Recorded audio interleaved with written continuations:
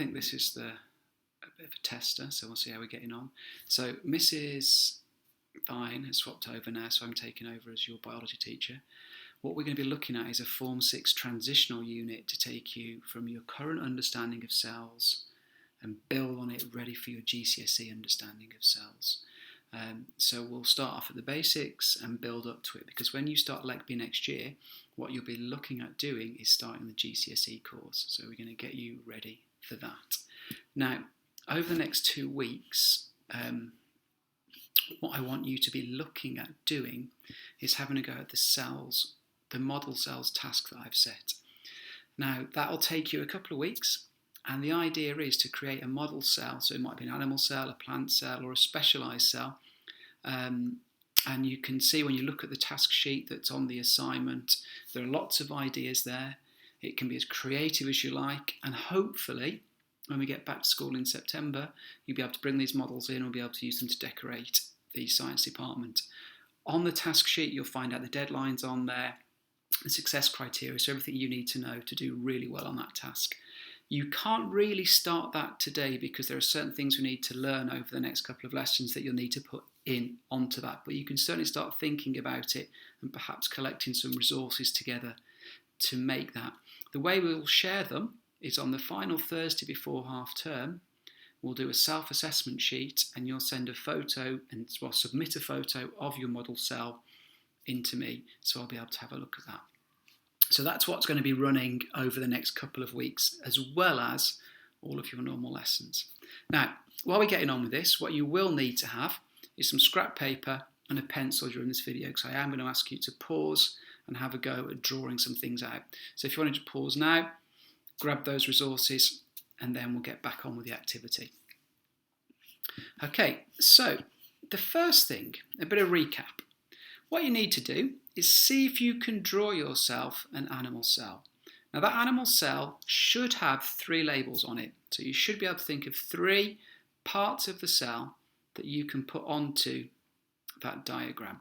Now I've put a little clue there. If you think of drawing out a fried egg shape, first of all with a yolk and the white around the outside, that might give you a good idea as to the shape that you need to do. So if you want to pause the video now and have a go at doing that.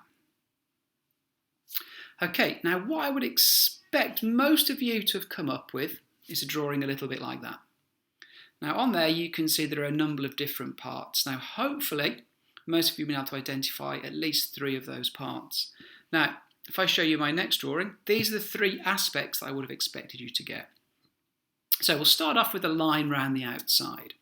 Now the line round the outside is clearly identifiable as the cell membrane. Now hopefully most of you will have picked up that. Now the function of the cell membrane is to allow materials into and out of the cell. So it is permeable, it allows substances into and out of the cell. The second label I would expect most people to get is the cell nucleus. Now the cell nucleus is the control centre of the cell. It contains all of the genetic material for that cell and it controls the function of that cell. The third one, quite often difficult to spell, is the cytoplasm. Now the cytoplasm is the jelly inside the cell. Now this is the substance in which all of the cell functions, so all of the chemical reactions happen. Now they are the big 3. You will have learnt those in Form 5, you'll have revised them in Form 6 ready for Common Entrance. Now there's one aspect of that cell that has not been labelled, which are the little dots all over, which my cursor is currently on.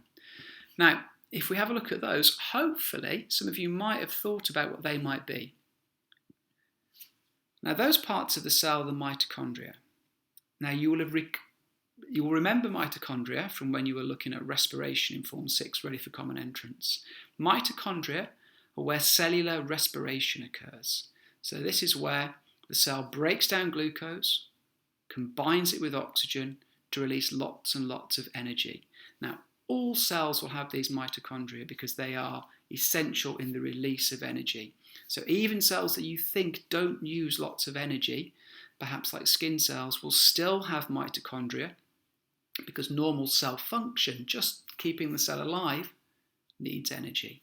Cells that need lots of energy, like brain cells and muscle cells, will have far higher numbers of mitochondria. Now, that's what we should already know. If you can't remember that, it might be worth looking at some of the materials I've put on today's assignment to recap some of those basic points. Moving forward, we now actually find the cell has some more parts that we need to be able to label. So that's what we'll go on to and have a look at now. Now on here, you can see the cell is actually a little bit more complicated than we've told you so far. Going through, we've got the cytoplasm, which we're already familiar with, the gel-like substance where chemical reactions take place. The cell membrane, which controls the movement of substances into and out of the cell. Again, we've already discussed this.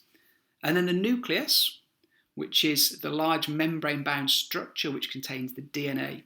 And the DNA controls the growth and development of every living thing.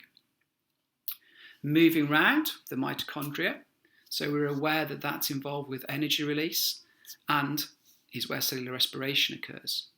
The extra organelle, or part of the cell that we need to include now, are the ribosomes.